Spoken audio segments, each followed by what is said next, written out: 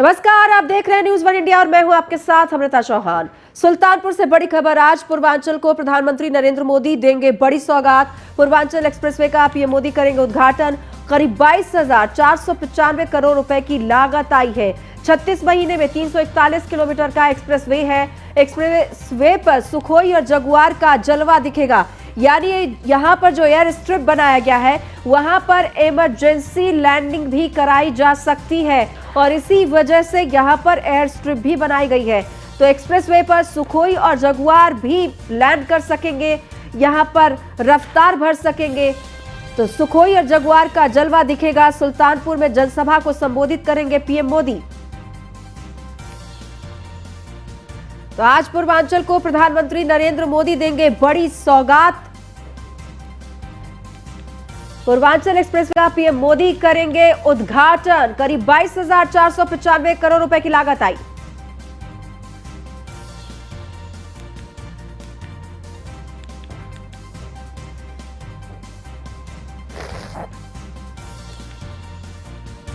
तो एक्सप्रेसवे पर सुखोई और जगुआर का जलवा दिखेगा। सुल्तानपुर में जनसभा को संबोधित करेंगे पीएम मोदी।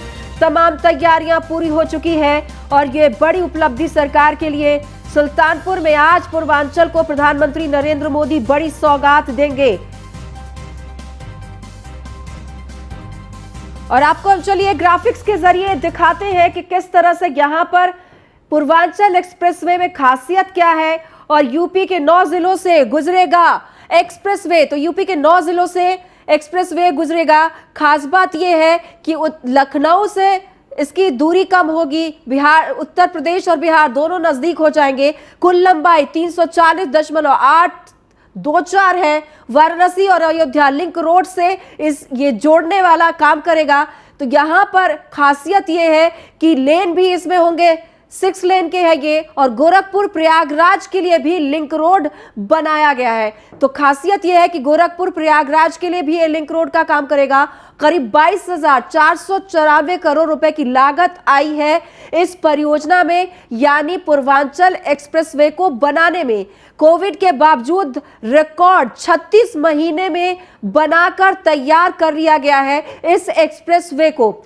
6 लेन का एक्सप्रेसवे है और 8 लेन तक बढ़ाया जा सकता है। अभी फिलहाल ये 6 लेन का है और फ्यूचर में यानी आने वाले समय में इसे 8 लेन किया जा सकता है। अगले कुछ महीनों तक कोई टोल टैक्स भी नहीं लगेगा, यानी कि जब यहां से लोग गुजरेंगे तो फ्री में यहां से गुजरेंगे, उनको कोई टोल नहीं देना पड़ेगा कुछ महीनों के लिए। दोनों तरफ बनाए जाएंगे औद्योगिक गलियारे और यूपी का अब तक का सबसे बड़ा एक्सप्रेस वे है। तो ये यूपी का अब तक का सबसे बड़ा एक्सप्रेसवे है जो लोगों के लिए बहुत सुविधा का काम करेगा। लंबाई 341 किलोमीटर है। आगरा एक्सप्रेसवे 302 किलोमीटर लंबा है, यानी पूर्वांचल की तरक्की इससे आपको देखने की मिलेगा, क्योंकि विकास जो है इससे होगा, रफ्तार बढ़ जाएगी, लोगों का समय बर्बाद नहीं होगा, कम समय में लोग अपनी मंजिल तक पहुंच पाएंगे। एक्सप्रेसवे के पास के जिलों में कारोबार भी बहुत ज्यादा बढ़ेगा,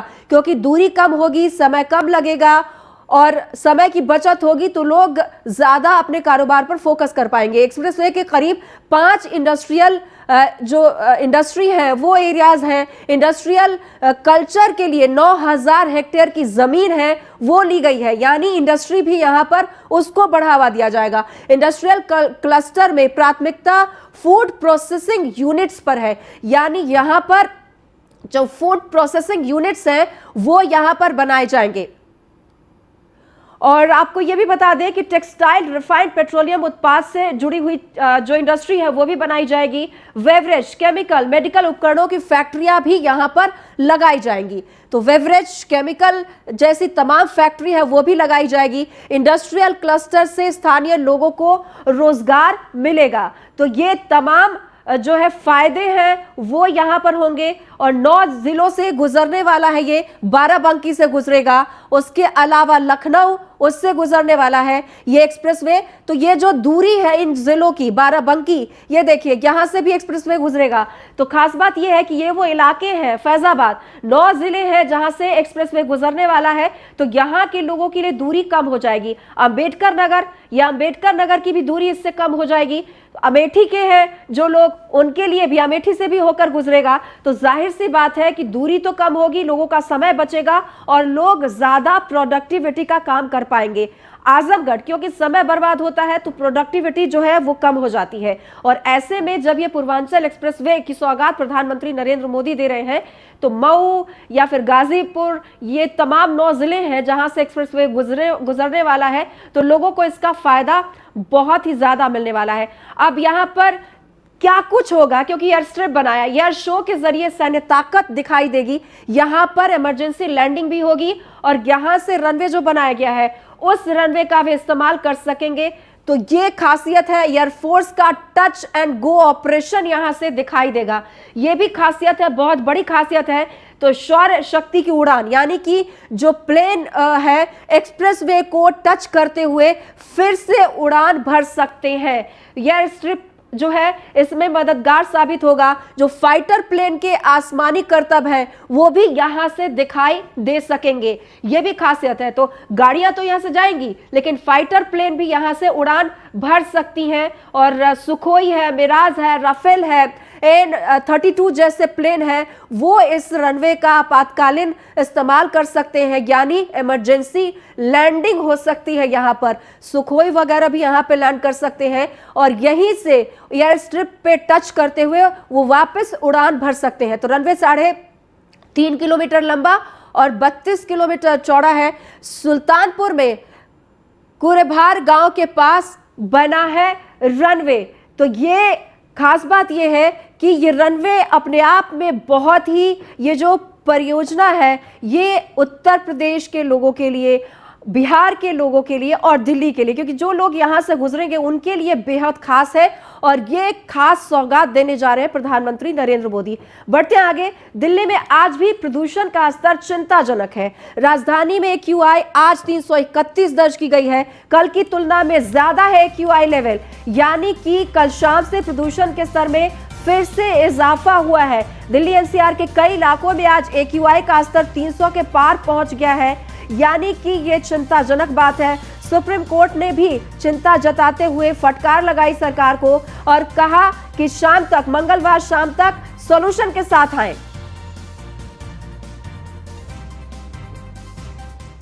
और दिल्ली NCR के पोल्यूशन का सॉल्यूशन क्या है ये कोई नहीं बता पा रहा है। तमाम एजेंसियां फेल हैं, एक्सपर्ट फेल हैं और सरकारें फेल हैं। सुप्रीम कोर्ट ने पिछली सुनवाई में केंद्र सरकार की तरफ से सॉलिसिटर जनरल ने बताया था कि दिल्ली NCR में पॉल्यूशन का जिम्मेदार 25 से 30% तक पराली ही है। जब सुप्रीम कोर्ट सख्त हुई तो कोर्ट रूम में बताया कि प्रदूषण में पराली का योगदान 10% है, यानी 15 से 20% कम। लेकिन आप ये जानकर चौंक जाएंगे कि लिखित हलफनामे में यह आंकड़ा भी बदल दिया गया। लिखित हलफनामे में पराली का प्रदूषण में योगदान महज 4% ही बताया गया है। यह देखकर अंदाजा लगाया जा सकता है कि प्रदूषण से मर रहे लोगों की फिक्र और समाधान निकालने को लेकर कौन कितना गंभीर है। सुप्रीम कोर्ट के आदेश के मुताबिक दिल्ली NCR में बढ़ते वायु प्रदूषण को लेकर केंद्र सरकार आज आपात बैठक करेगी। बैठक की अध्यक्षता वायु गुणवत्ता आयोग के अध्यक्ष MM कुट्टी करेंगे। बैठक में केंद्रीय पर्यावरण सचिव, CPCB के अध्यक्ष, दिल्ली, राजस्थान, UP, हरियाणा और पंजाब के मुख्य सचिव वीडियो कॉन्फ्रेंसिंग के जरिए इस आपातकाल बैठक में शामिल होंगे। आपको यह भी बता दें कि राजधानी में वायु प्रदूषण बहुत ज्यादा बढ़ गया है। NCR में हर रोज AQI लेवल 400 से 500 के बीच रहता है। प्रदूषण के इस खतरनाक स्तर से हर तरफ कोहराम मच गया है, लोगों को भारी परेशानी हो रही है। और खास बात यह कि जिन लोगों को कफ कोल्ड की समस्या हो रही है वो बहुत ज्यादा इस पॉल्यूशन की वजह से लंबा खिंच रहा है। लोग डॉक्टर के चक्कर काटने को मजबूर हैं।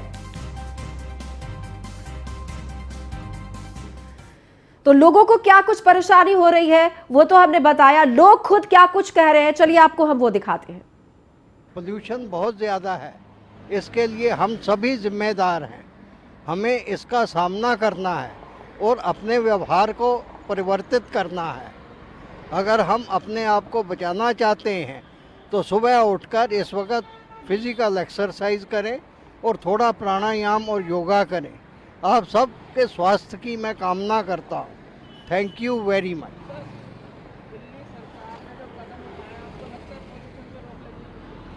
ऐसा पोल्यूशन सरकारें बहुत कदम उठाती हैं कि पोल्यूशन पे रोक लगे, लेकिन उन कदमों को अपनाना हमारा काम है, पब्लिक का काम है। अब पब्लिक नहीं अपनाएगी तो उसको दुख भोगना पड़ेगा।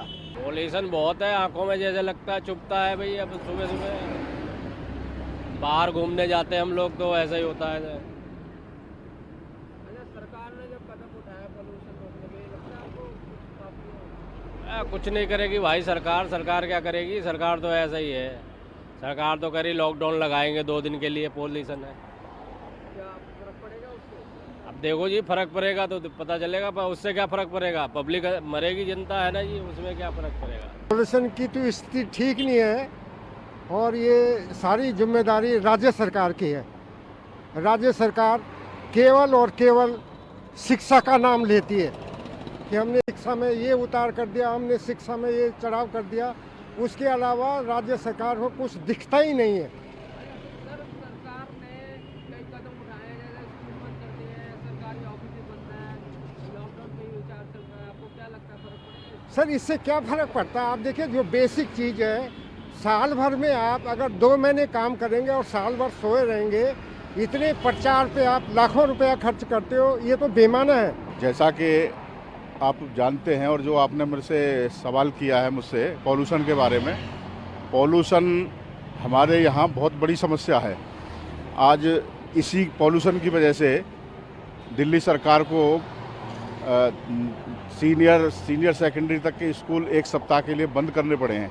और इसी वजह से हम देख रहे हैं कि छोटे बच्चों का घर से निकलना बड़ा मुश्किल काम हो रहा है। सांस लेने में दिक्कत हो रही है जिन लोगों को अस्थमा की, दमा की प्रॉब्लम है। पोल्यूशन तो आफ्टर दिवाली काफ़ी ज़्यादा बहुत ज़्यादा हो रहा है। अब तो 2 दिन से थोड़ा कम था, पर आज भी काफ़ी ज़्यादा है पोल्यूशन सुबह अर्ली मॉर्निंग। प्रॉब्लम क्या क्या फेस करनी पड़ी जब निकल रहे हैं बाहर? थोड़ा ब्रीथिंग इशू, मतलब जब आप ब्रीथ करते हो तो आपको पता लगता है कि हाँ, मतलब थोड़ा हैवी ब्रीथिंग होती है, थोड़ा पोल्यूशन थोड़ा फील होता है, काफ़ी फॉग जैसा भी थोड़ा फील होता है। अभी तो यही चल रहा है 2 दिन से, पर कल काफ़ी कम था, आज हो गया है काफ़ी दोबारा से, या थोड़ा ठंड का भी फॉग बोल सकते हैं इसको। जब हम यहाँ रेस करते हैं तो ब्रीथिंग जो है पहले बेटर होती थी, लेकिन अब काफ़ी जल्दी हमें थका देती है करके, और एक स्मेल सी भी लगती है जो हमें फील होती है कि इसमें पॉल्यूशन है काफ़ी। और विज़न भी काफ़ी देर में ही आता है जो पहले जल्दी आ जाता था। खैर थोड़ा टाइम का भी है, लेकिन काफ़ी हद तक पॉल्यूशन का है, जो जैसे अभी भी हम देख सकते हैं कि पॉल्यूशन काफ़ी ज़्यादा है। तो उस चीज़ को लेके अब देखते हैं आगे क्या होता है। मैं सुबह यहाँ पे 3 बजे से आके दौड़ लगाता हूँ। यहाँ पे दौड़ लगाते समय ये महसूस होता है जो जैसे कि सांस फूलता है ज़्यादा, गले में खांसी होता है, आँखों में जलन मचती है प्रदूषण के कारण। कर सकते हैं अगर आपसे पूछा जाए तो दिल्ली में कैसे हम लोग कंट्रोल कर सकते हैं? सर, सबसे ज़्यादा तो यहाँ एमसीडी के जो गाड़ी है उससे ही सबसे ज़्यादा धुआं निकलता है, मेरा मतलब एक है ना, मतलब ज़्यादातर मैं देखा हूँ। और ऊपर से बाकी ये साइड के जो स्टेट हैं जैसे पंजाब, हरियाणा, इनसे तो आ जाता है। नवंबर दिसंबर में हर साल यहाँ दिल्ली में प्रदूषण होता ही है। यूपी विधानसभा की तैयारियों में जुटी बीजेपी घोषणा पत्र समिति बना चुकी है, जिसकी पहली बैठक कल यानी 17 नवंबर को होगी। घोषणा पत्र समिति की बैठक मंत्री सुरेश खन्ना की अध्यक्षता में होगी। 2022 विधानसभा चुनाव में पार्टी का घोषणा पत्र कैसा हो, इस बारे में मंथन होगा। सभी वर्गों को ध्यान में रखते हुए अलग अलग बिंदुओं पर चर्चा होगी। इस बैठक में समिति उपाध्यक्ष राज्यसभा सांसद बृजलाल, सांसद राजेश वर्मा, विजय पाल तोमर, रीता बहुगुणा जोशी, कांता करदम, सीमा द्विवेदी और पुष्कर मिश्रा शिरकत करेंगे।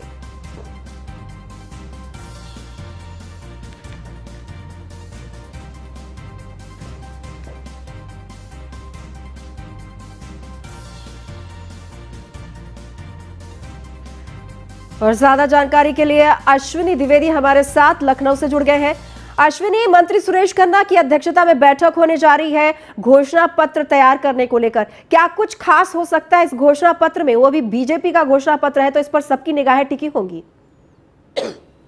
बिल्कुल 2017 का जब घोषणा पत्र आया था तो उस दौरान भी सबकी निगाहें भारतीय जनता पार्टी के घोषणा पत्र थी। निश्चित तौर पर अब 5 साल का कार्यकाल उत्तर प्रदेश में भाजपा ने पूरा कर लिया। उसके बाद जो घोषणा पत्र की समिति बनाई गई थी उसकी कल बैठक होनी है, जिसकी अध्यक्षता जो वित्त मंत्री उत्तर प्रदेश के हैं सुरेश खन्ना करेंगे। साथ उपाध्यक्ष हैं ब्रजलाल मौजूद रहेंगे, रीता बहुगुणा जोशी मौजूद रहेंगे, साथ तमाम जो सदस्य हैं मौजूद हैं। निश्चित तौर पर इस दौरान तमाम उन बिंदुओं पर उनको बिंदुओं पर बातचीत होगी जो जनता के प्रमुख मुद्दे हैं। निश्चित तौर पर जब 2017 में जब जो पूरा घोषणा पत्र तैयार किया गया था उस दौरान राम मंदिर को एक बड़ा मुद्दा बनाया गया था, जिसको लेकर के कहीं ना कहीं 2017 में सरकार बनी और उसके बाद उत्तर प्रदेश के अंदर अयोध्या में राम मंदिर का जो रास्ता था वो प्रशस्त हुआ।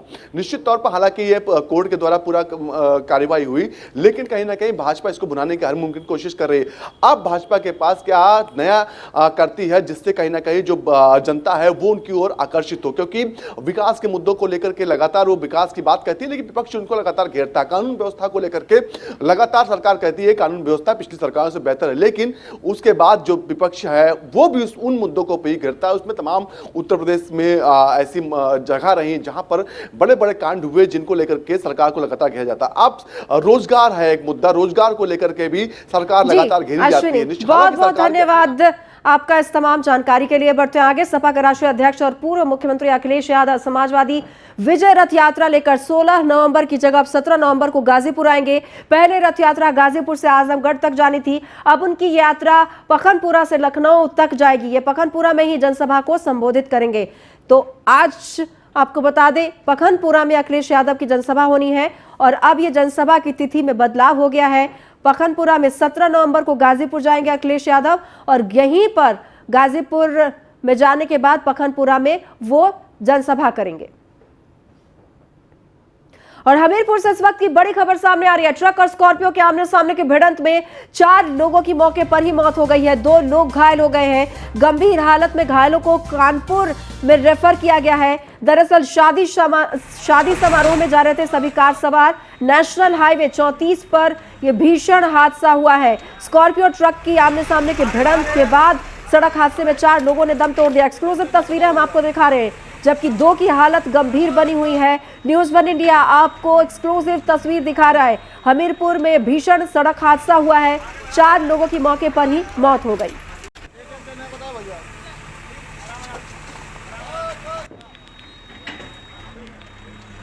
बिजनौर में तेज रफ्तार टैंकर ने बाइक को टक्कर मार दी। इस हादसे में बाइक सवार महिला की मौके पर ही मौत हो गई, जबकि एक शख्स गंभीर रूप से घायल हो गया। घायल को अस्पताल में भर्ती कराया गया है। यह पूरा मामला थाना नहटौर के आकू इलाके का है। पुलिस पूरे मामले की जांच में जुट गई है। अलीगढ़ के थाना विजयगढ़ इलाके के नगला बरी माजरा पोखर में 2 पक्षों के बीच जमकर लाठी डंडे चले। इस घटना में एक महिला और युवक घायल हो गया। घायल धर्मेंद्र ने दूसरे पक्ष पर जमीन पर कब्जा करने का आरोप लगाया है। दूसरा पक्ष सामान लेकर पहुंचा था, जिसका विरोध करने के लिए धर्मेंद्र अपनी चाची अनीता और एक अन्य के साथ मौके पर पहुंचे। उन पर विपक्षियों ने लाठी डंडों से हमला कर दिया। अब इसी दौरान दोनों पक्षों में पथराव हो गया, फायरिंग भी की गई है और पुलिस पूरे मामले की जांच में जुट गई है।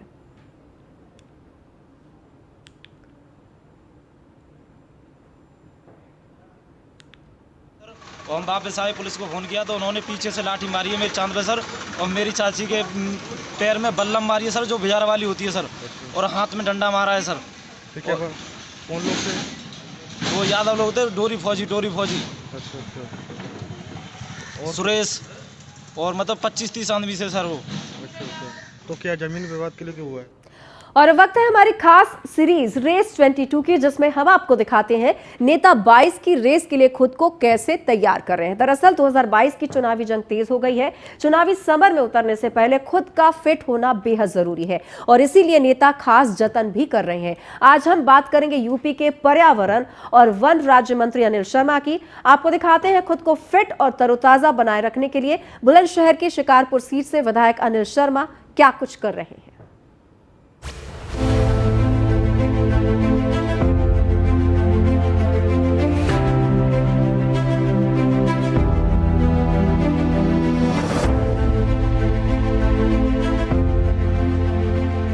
हर व्यक्ति फिटनेस रहने के लिए कुछ ना कुछ एक्सरसाइज जरूर करता है। हमारे साथ योगी सरकार में मंत्री वन पर्यावरण राज्य मंत्री अनिल शर्मा जी हैं। उनसे हम बातचीत करेंगे और जानेंगे कि आखिर उनकी फिटनेस का फंडा क्या है।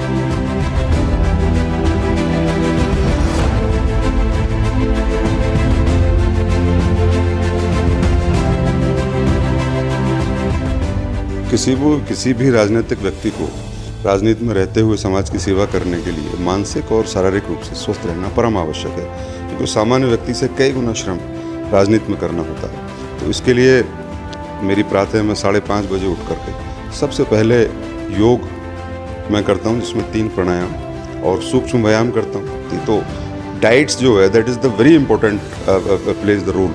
तो मैं आहार में सबसे पहले तो मैं अनकुक्ड फूड लगभग 70% अपने पूरे आहार का बिना पका हुआ, जिसमें किचन की आवश्यकता नहीं होती है, तो ऐसा आहार मैं लेता हूँ। मंत्री देखिए, मेरा एक आखिरी आपसे सवाल है कि जो आप ये इतना रेस ये लगा रहे हैं और जैसे आप क्षेत्र में जाते हैं, भ्रमण करते हैं, तो आप मानते हैं कि जो रेस है, जो एक्सरसाइज है, इससे जो लखनऊ की रेस है उसको आप पूरा कर पाएंगे 22 में? ये तो देखिए, मैं भारतीय जनता पार्टी का कार्यकर्ता हूँ और जहाँ तक चुनाव का प्रश्न है, तो ऐसा मेरा इतिहास है कि मैं पहला चुनाव 7,000 वोट से जीता, दूसरा 21 से जीता, तीसरा 52 से जीता। तो अगर पार्टी मुझे मौका देगी और मैं चुनाव लड़ता हूँ भारतीय जनता पार्टी के टिकट पर, तो इस बार फिर दूना होगा।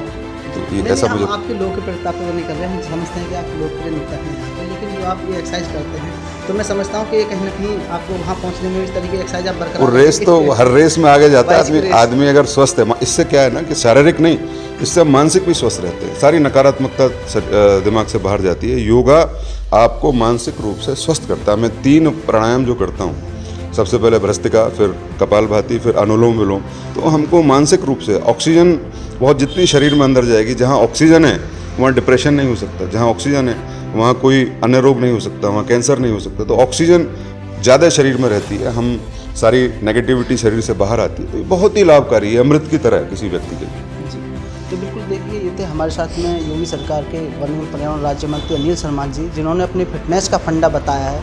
जाहिर तौर पर अपने जो क्षेत्र के लोग हैं उनसे भी उन्होंने अपील की है कि जो वो अपनाते हैं उस पर अगर वो ध्यान दें या योगा एक्सरसाइज करें, तो कहीं ना कहीं उनके स्वास्थ्य में काफ़ी जो बीमारियाँ हैं उनसे दूर रहा जा सकता है।